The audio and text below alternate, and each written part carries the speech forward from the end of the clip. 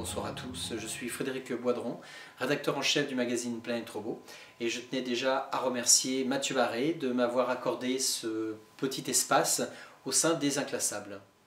Le magazine Planète Robot est né en décembre 2009 suite au succès de mon blog qui s'appelait Robot Impact, lié à la robotique, et donc un éditeur m'avait contacté pour transformer ce blog en version papier sous le nom Planète Robot, et donc depuis 2009 on est toujours là et nous sommes déjà au numéro 43 et nous avons également notre première série qui est actuellement en kiosque. Donc c'est un magazine qui traite vraiment de la robotique au sens large, donc c'est la robotique mais également toutes les nouvelles technologies du futur. Donc on parle également de l'impression 3D, de la réalité virtuelle, réalité augmentée, les voitures autonomes, les drones, même le tourisme spatial. Puisque toutes ces technologies en fait sont liées à travers l'intelligence artificielle, à travers toutes les technologies mises en œuvre dans la robotique. Alors pour commencer, un robot, qu'est-ce que c'est? Un robot en fait c'est le mélange entre la mécanique, l'électronique et l'informatique dans un dispositif unique. Cet engin peut ensuite évoluer de façon autonome dans notre propre monde pour effectuer différentes tâches. Et la différence avec l'automate, c'est que l'automate, lui, suit toujours la même programmation. Alors que le robot, lui, va être capable d'évoluer et de pouvoir faire face à des situations qui n'étaient pas dans son programme.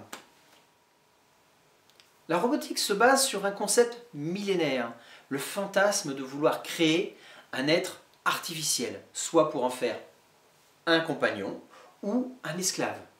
Et ce concept en fait a émergé dans de nombreux écrits, comme simplement le mythe du golem, la créature de Frankenstein ou Pinocchio. Et le premier robot est sorti en 1959, il s'appelle Unimate, c'est un robot industriel.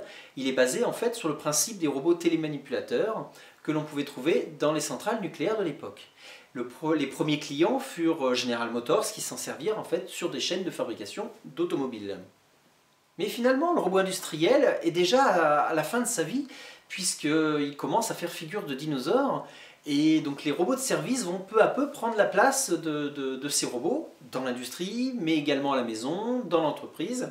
Donc ça peut être n'importe quoi, donc les cobots, c'est des robots collaboratifs.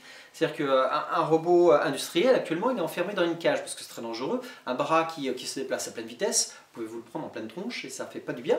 Il y a même eu des morts. Et donc un cobot, lui, au contraire, va accepter que l'homme et le robot travaillent ensemble, puisque le robot va être capable de détecter l'humain, voire même de travailler avec. C'est-à-dire qu'on peut très bien demander au robot de tenir une pièce, pendant que nous, on le peint, ou j'en sais rien, n'importe quoi. Et ça permet également, par exemple, à une personne qui a un peu mal au dos, d'avoir ce qu'on appelle un exosquelette, c'est un robot. Et donc en portant une sorte de tenue robotisée, en fait ça décuple la force. Donc on peut soulever des objets facilement, pouvoir porter une machine-outil des heures et des heures sans se fatiguer, marcher ou lever, s'asseoir très très souvent. Donc dans le monde industriel, cela va énormément changer les choses. Bon, il y a également donc, dans les robots, ça peut être les robots ménagers, les robots d'accueil. Les robots ménagers, donc c'est les robots aspirateurs, les robots qui passent à serpillière. Les robots d'accueil, donc ça vous allez en voir de plus en plus. Des robots qui vous accueillent, soit dans les grandes surfaces, ça va commencer par là, mais dans les banques, un peu partout. En fait, votre premier interlocuteur quand vous rentrerez dans un hall d'entreprise, souvent. Mais ça inclut également les voitures autonomes. C'est des robots, hein, elles vont, dans quelques années, là ça arrive, là, c'est même déjà, il y a déjà des voitures qui sont déjà commercialisées, qui sont complètement autonomes. Les drones, attention, le drone devient robot que quand il a un programme, c'est-à-dire quand on va lui dire d'aller d'un point A à un point B sans que quelqu'un n'y touche. Un drone piloté avec une télécommande, c'est plus un robot, puisqu'il est piloté, il n'est plus autonome. Les robots agricoles, donc maintenant les tracteurs sont devenus autonomes, et de plus en plus l'agriculteur va avoir un rôle de manager de ces machines-outils, et il va les piloter depuis sa tablette dans son fauteuil. Mais également, bien sûr, les humanoïdes. Donc les humanoïdes, ce ne sont plus des fantasmes. Je peux vous dire que j'en ai vu déjà plusieurs fonctionner. Alors attention, on n'en est pas encore à la science-fiction, avec le robot, avec une grande intelligence, vous lui faites ça et comprend tout de suite qu'il faut aller chercher un plateau, chercher de l'eau et vous préparer le repas. On n'en est pas encore là. Il faut plutôt imaginer actuellement, chaque robot a une spécialité et le robot sert plutôt d'interface sociale entre l'humain et l'ensemble des robots de la maison ou de l'entreprise. C'est comme ça que les robots humanoïdes vont arriver. Ça va être plutôt voilà, une interface. Mais avec l'arrivée massive de tous ces robots dans notre quotidien, faut-il en avoir peur? Bien, en tout cas, dans la prochaine décennie, il n'y a aucun problème. Au contraire, ils vont créer de l'emploi par plusieurs moyens. En fait, comme l'informatique il y a quelques années, la robotique va créer un bassin d'emploi mais gigantesque dans les prochaines années. Si vous avez des jeunes enfants, des petits-neveux, ils ne savent pas quoi faire et que les nouvelles technologies les intéressent, ils peuvent aller dans la robotique, ils n'auront absolument aucun problème pour trouver du travail. De la même manière que dans les années 80, si on envoyait un enfant vers l'informatique, on était sûr qu'il n'y avait pas de souci. Ben là, on en est au même pour la robotique. À côté de cela, il y a ce qu'on appelle la robocalisation. En fait, c'est la délocalisation inversée grâce à la robotique.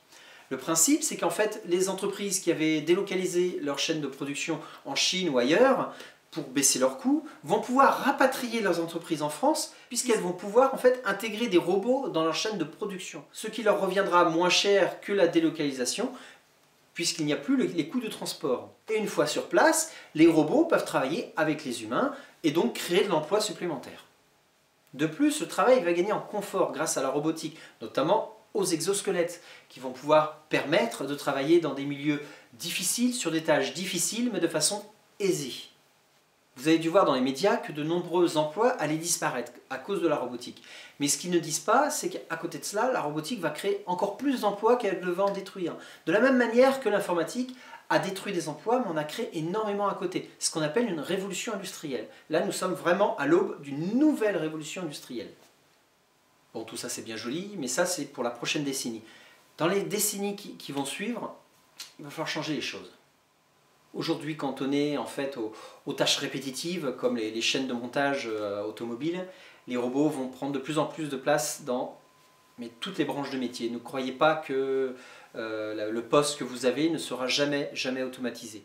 Moi-même, en tant que journaliste, je sais que ce métier va disparaître dans quelques décennies, puisque déjà ce sont des intelligences artificielles qui créent les commentaires sportifs et les commentaires autour des élections de façon automatisée pour tous les petits villages et tout ça. C'est pas une personne, c'est pas un journaliste qui s'amuse à écrire pour chaque village telle personne a remporté les élections avec tant de suffrages et tout ça. Tout ça c'est entièrement automatisé.